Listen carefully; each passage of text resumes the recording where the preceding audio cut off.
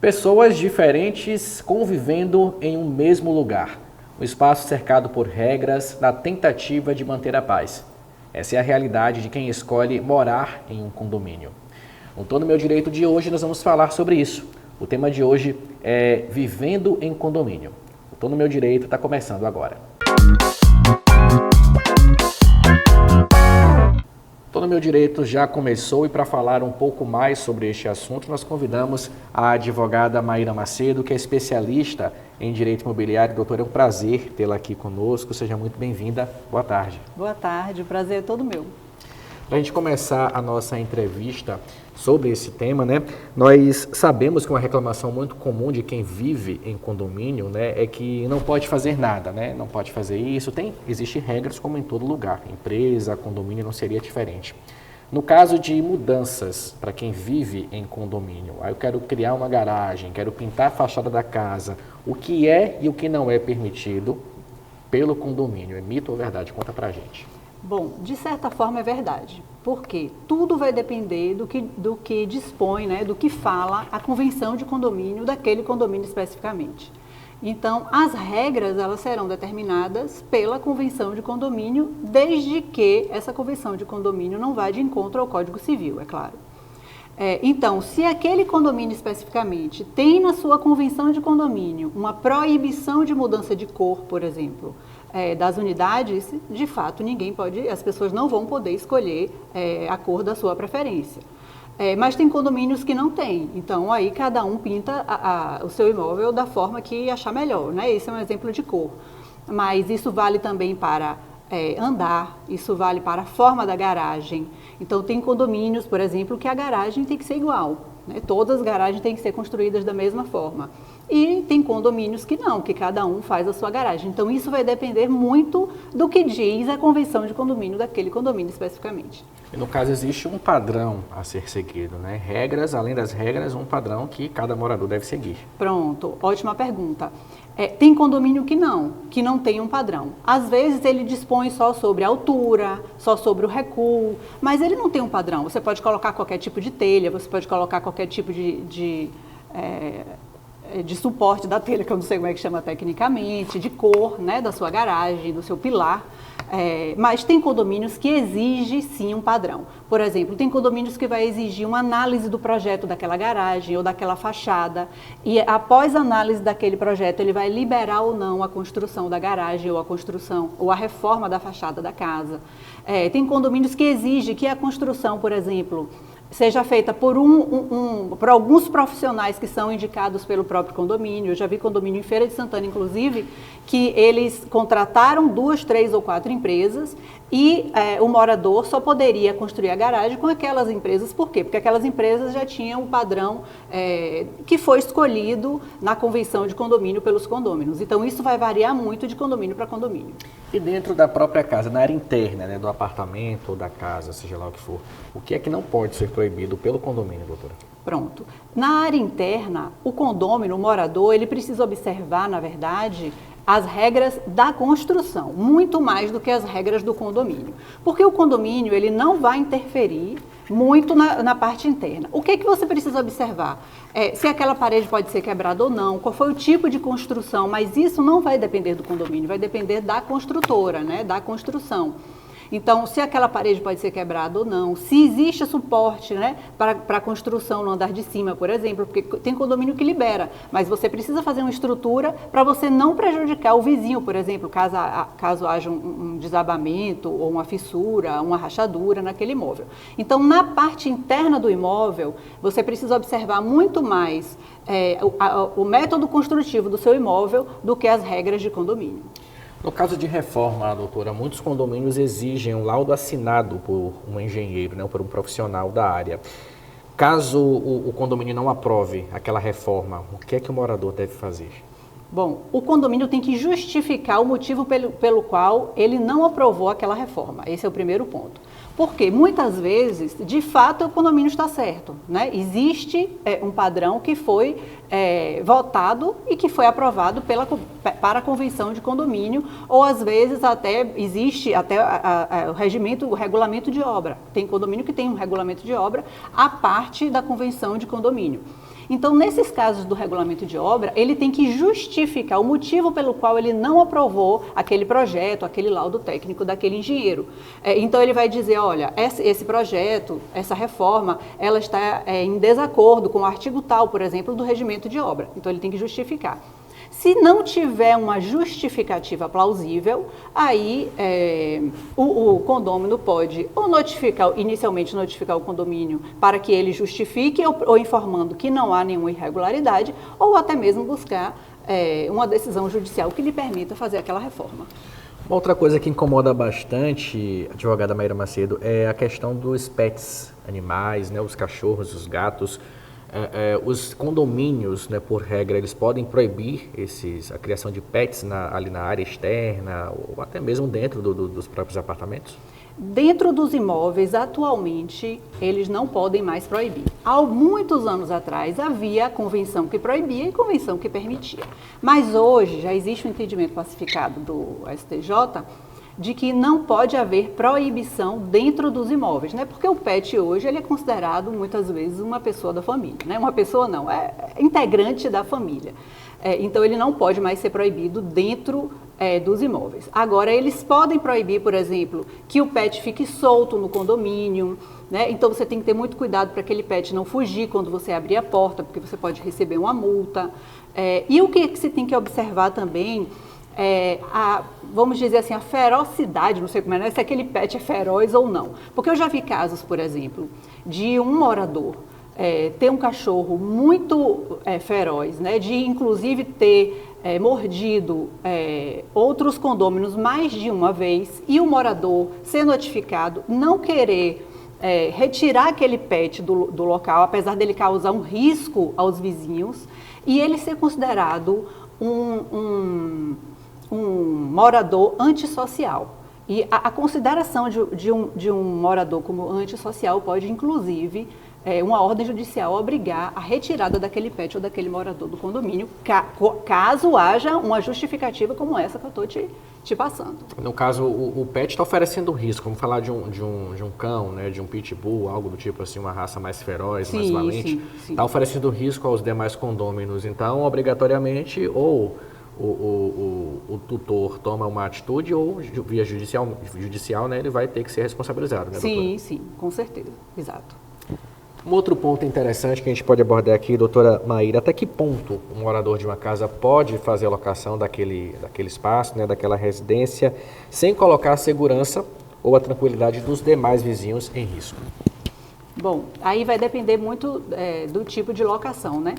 Se for uma locação residencial, daquela contínua, ele pode, nada impede que ele faça a locação daquele imóvel, tá?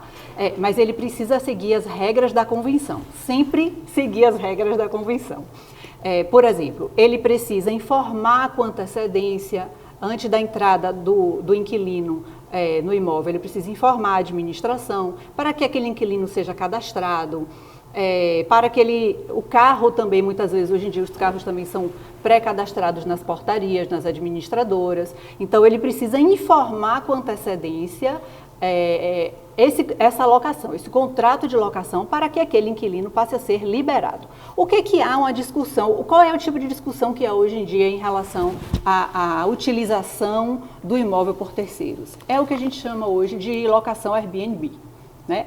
A Airbnb é que tem havido uma discussão no STJ se precisa de cláusula na convenção que proíba ou que permita para que aquele condômino, aquele proprietário possa ou não alugar o imóvel por temporada, né? Que é a locação por temporada.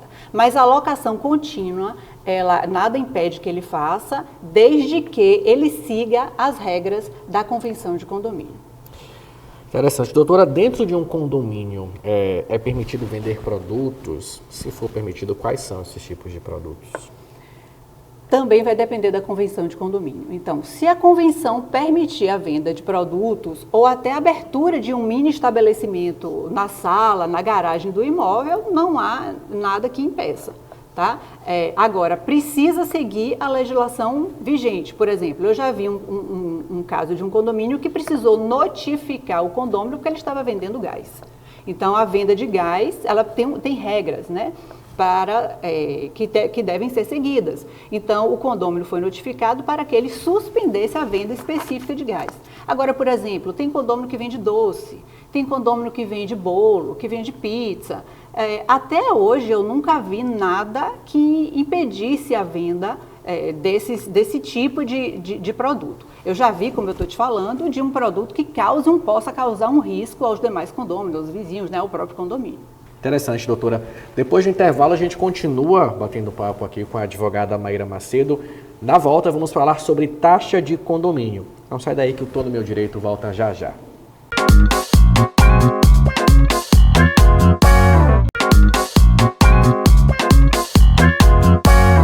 O Tô no Meu Direito está de volta e nós continuamos falando, né, abordando o tema de hoje, que é Vivendo em Condomínio, com a advogada especialista em direito imobiliário, Maíra Macedo. Doutora, vamos falar agora sobre taxa condominial.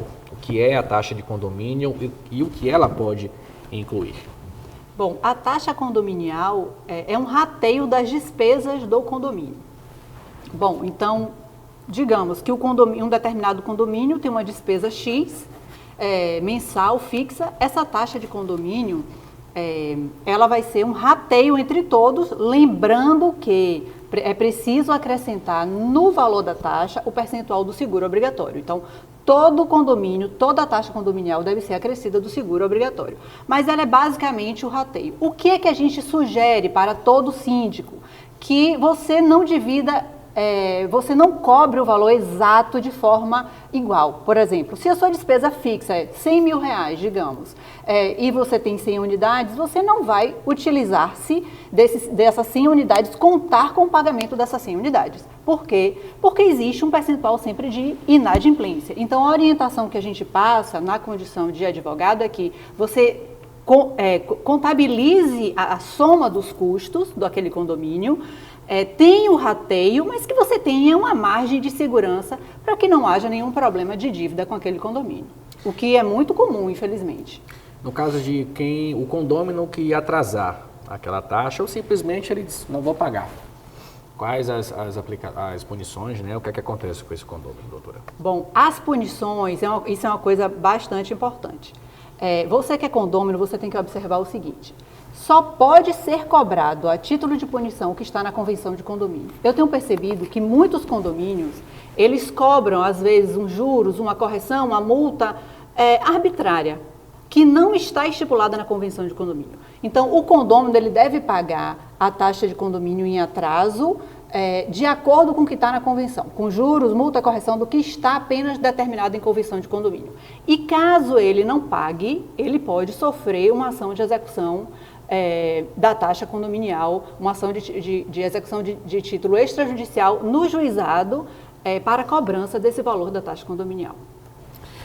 Doutora Maíra, e no caso de um apartamento ou casa alugada, eu aluguei o meu apartamento, a responsabilidade pelo pagamento da taxa continua sendo minha, né, como dono do imóvel ou do inquilino, no caso?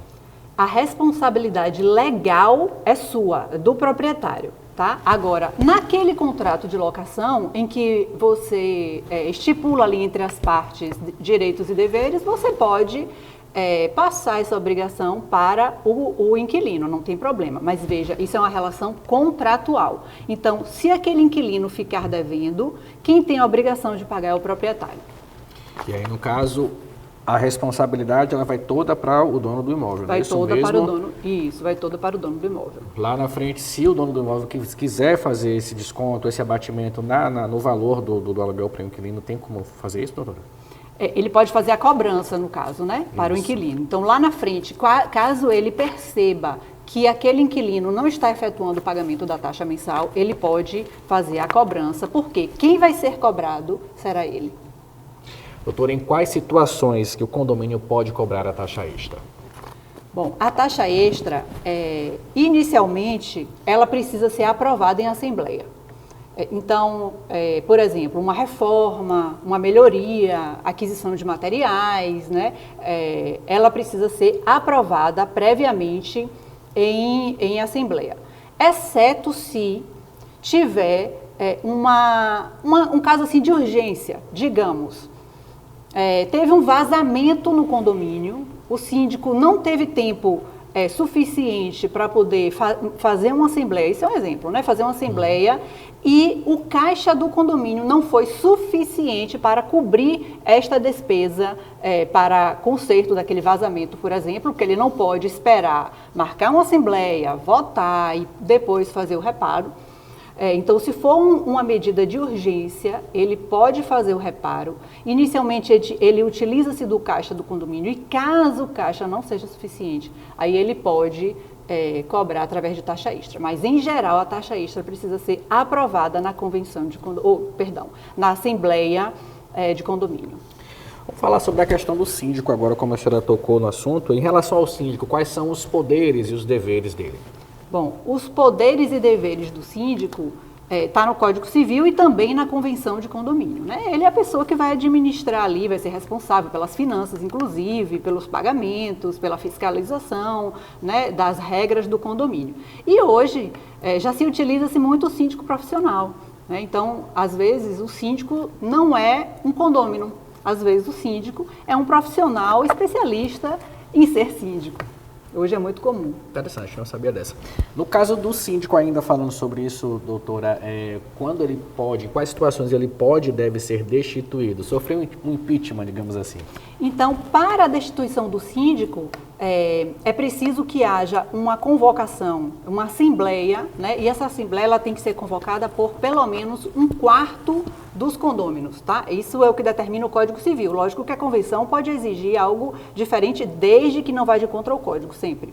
Então, o Código Civil dispõe que, caso os condôminos estejam insatisfeitos com o síndico, por uma questão de regularidade ou porque realmente estão insatisfeitos, então é preciso que haja, que se junte 1/4 daqueles condôminos, né? Então que a convocação seja realizada por 1/4 dos condôminos para a realização de uma assembleia específica de destituição do síndico. Bom, no dia da assembleia, a votação tem que ser 50% mais 1, tá? Ou seja, a maioria. E aí a maioria do dia da Assembleia votando a favor da destituição, aquele síndico vai ser destituído e será eleito um novo síndico, ou síndico, subsíndico, comissão, aí vai depender do que for determinado ali naquela Assembleia. Doutora, e no caso de se deparar com uma regra ilegal ou abusiva, no caso do condômino, ele se deparou com isso, como ele deve agir, em primeiro lugar? Bom, primeiro, eu sempre tento uma conciliação, né? Eu acho que a primeira tentativa, principalmente dentro de condomínio, porque são pessoas que vão se encontrar, né, que você vai conviver, é inevitável que você conviva, goste ou não. Então, eu sempre busco, quando um cliente me procura, eu sempre tento uma solução administrativa. Então, eu sugiro que passe um e-mail comprovando que aquela decisão, que aquela regra, ela é ilegal, ou notifique o condomínio, mas assim, tem que haver uma comprovação de fato de que existe uma irregularidade naquela norma. Tá? E ainda assim, se o síndico, ou se a administradora, ou se o condomínio não voltar atrás em relação àquela regra, né, que foi considerada ilegal, que foi identificada a ilegalidade, é preciso, infelizmente, entrar com ação judicial contra o condomínio e pedir uma liminar para que suspenda a aplicação dessa regra. Doutora, para a gente finalizar, algo mais polêmico dentro desse contexto, né, do nosso tema, em relação às festas, o que é permitido, tem limite de horário, de barulho, o que é que a lei prevê?